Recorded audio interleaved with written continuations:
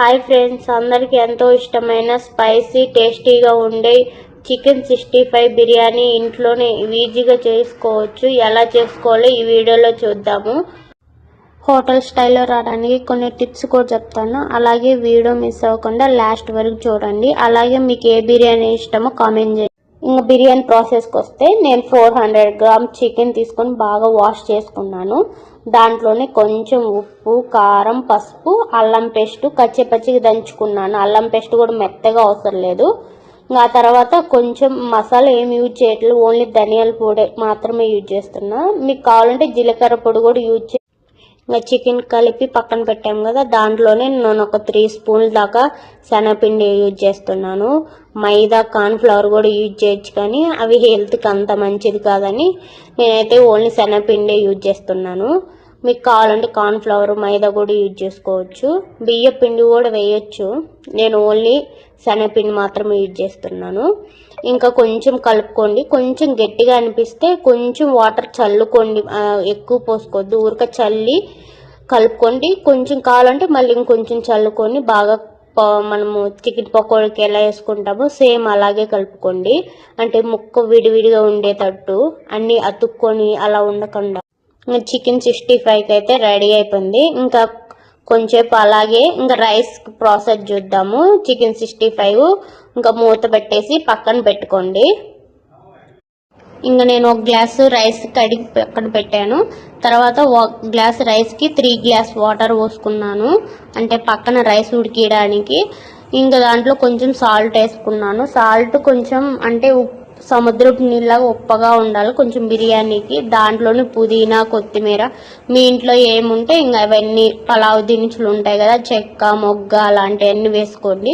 దాంట్లోనే 2-3 పచ్చిమిర్చి వేసాను. కొంతమంది అల్లం పేస్ట్ కూడా యూజ్ చేస్తారు, నేనేమి యూజ్ చేయట్లా. ఇంకా నేను వీడియోలో చూపించినట్టు వాటర్ బాగా బాయిల్ అవ్వాలి, అప్పుడే ఆ చెక్క, మొగ్గ ఫ్లేవర్ అంతా వాటర్గా పడుతుంది. ఇంకా నేనైతే రైస్ ఒక 80% బాగా ఉడికిచ్చాను.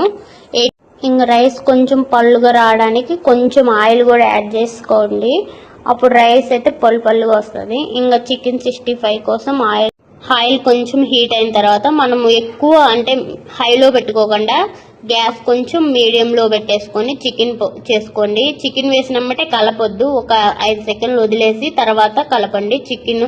ఇంకా అలాగే మొత్తం చేసుకొని పక్కన పెట్టేశాను. తర్వాత బిర్యానీ కోసం నేను ఒక కడాయి తీసుకొని దాంట్లో ఆయిల్ వేసాను. తర్వాత ఉల్లిపాయలు మనం కొంచెం బ్రౌన్ కలర్లో వేయించుకోవాలా. నేను బ్రౌన్ ఆనియన్స్ ముందు ఏమి ఎక్కడ యాడ్ చేయలేదు. ఇంక ఇక్కడే కొంచెం బ్రౌన్ కలర్లో వచ్చేటప్పుడు ఇంక దాంట్లోనే పచ్చిమిరకాయలు ఒక 2 వేసుకోండి. నేనైతే ఎక్కువ కారం యూజ్ చేయను, పచ్చిమిర్చి యూజ్ చేస్తాను. తర్వాత 2 మీడియం సైజు టమాటా ముక్కలు వేసుకోవచ్చు, లేకపోతే టమాటా మిక్సీకి పట్టి వేసుకోండి. తర్వాత పుదీనా, కొత్తిమీర, ఉప్పు, కారం, కొంచెం ధనియాల పొడి కూడా వేసుకొని ఇంకా టమాటా ప్యూర్ అంతా కొంచెం దగ్గరికి అయిన తర్వాత దాంట్లో చికెన్ ముక్కలు వేసి బాగా కలపండి. బాగా కలిపి ఇలా డైరెక్ట్గా తిన్నా కూడా చాలా బాగుంటుంది. ఇంకా బిర్యానీ కోసం కాచి కొంచెం అడుగంట కన్నా ఉండడానికి నేను కొంచెం వాటర్ చల్లుతున్నాను. ఇంక వాటర్ చల్లినాక 1 నిమిషం అలా ఉంచేసి పైన లేయర్గా రైస్ వేసుకోండి. మనం 80% ఉడికిచ్చి పక్కన పెట్టుకున్నాం కదా, ఆ రైస్ వేసుకోండి. మీరు ఎంత వండుకున్నారో ఆ రైస్ మొత్తం వేసుకొని ఇంకా రైస్ పైన అయితే నేను కొంచెం పుదీనా, ఇంకా ధనియాల పొడి ఇవింది, అందుకని కొంచెం బాగుంటుందని చెప్పి పైన కొంచెం చల్లుకున్నాను. కావాలంటే మీకు ఫుడ్ కలర్ అలాంటివి కూడా యూజ్ చేసుకోవచ్చు, నేను ఏమి యూజ్ చేయట్లా. ఇంక ఇలాగే 10 మినిట్స్ మీడియం ఫ్లేమ్లో ఉంచుకొని స్టవ్ మీద ఉడికించుకోండి. ఇంకా వేడి బిర్యానీ అయితే రెడీ అయిపోతుంది.